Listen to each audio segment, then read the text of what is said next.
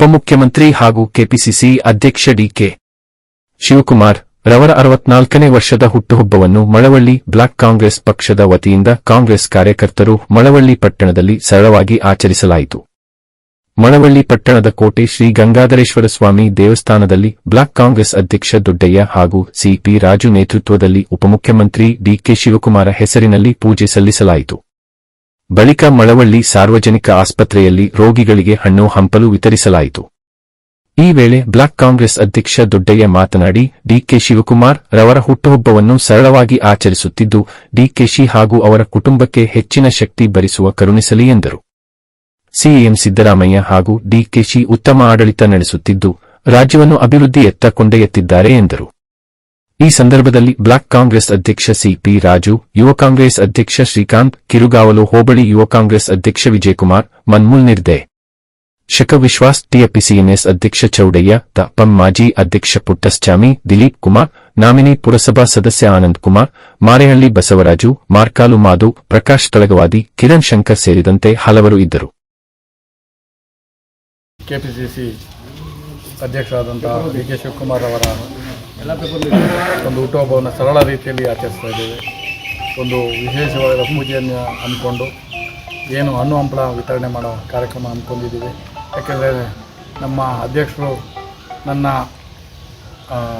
ಹುಟ್ಟುಹಬ್ಬನ ಸರಳವಾಗಿ ಆಚರಿಸಿ ಅಂತ ಎಲ್ಲ ಕಡೆ ಕರೆ ಕೊಟ್ಟಿರೋದ್ರಿಂದ ನಾವು ಅದನ್ನ ಸರಳವಾಗಿ ಆಚರಿಸ್ತೇವೆ. ನಮ್ಮ ರಾಜ್ಯದ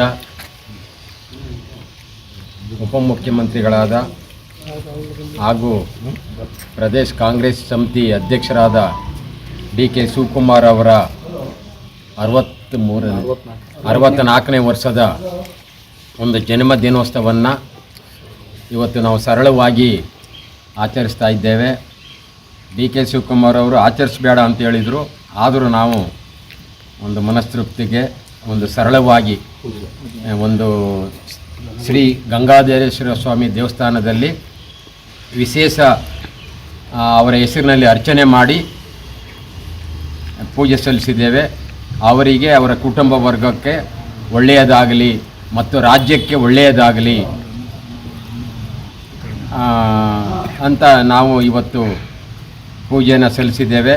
ಇದಾದ ನಂತರ ಸರ್ಕಾರಿ ಆಸ್ಪತ್ರೆಯಲ್ಲಿ ರೋಗಿಗಳಿಗೆ ಹಣ್ಣು ಹಂಪಲುಗಳನ್ನು ವಿತರಣೆ ಮಾಡ್ತೇವೆ.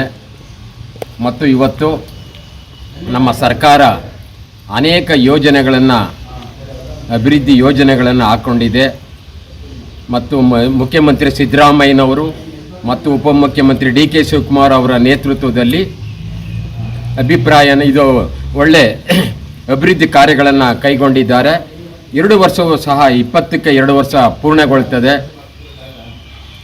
ಈ ಸಂದರ್ಭದಲ್ಲಿ ಮುಂಚಿತವಾಗಿ ಅವರಿಗೆ ನಾವು ಅಭಿನಂದನೆಗಳನ್ನು ಸಲ್ಲಿಸ್ತೇವೆ.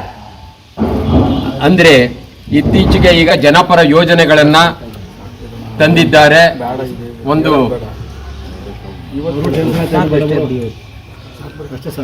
ಡಿಕೆ ಶಿವಕುಮಾರ್ ಅವರ ಒಂದು ಕುಟುಂಬಕ್ಕೆ ಒಳ್ಳೆಯದಾಗಲಿ ಅಂತೇಳಿ ನಾವು ಈ ಸಂದರ್ಭದಲ್ಲಿ ಗಂಗಾಧರೇಶ್ವರ ಸ್ವಾಮಿ ದೇವರಲ್ಲಿ ಪ್ರಾರ್ಥನೆ ಮಾಡ್ತೇವೆ. ಮತ್ತು ಈ ಒಂದು ಸಭೆಗೆ ನಮ್ಮ ಬ್ಲಾಕ್ ಕಾಂಗ್ರೆಸ್ ಅಧ್ಯಕ್ಷರಾದ ಕೆಪಿಸಿಸಿ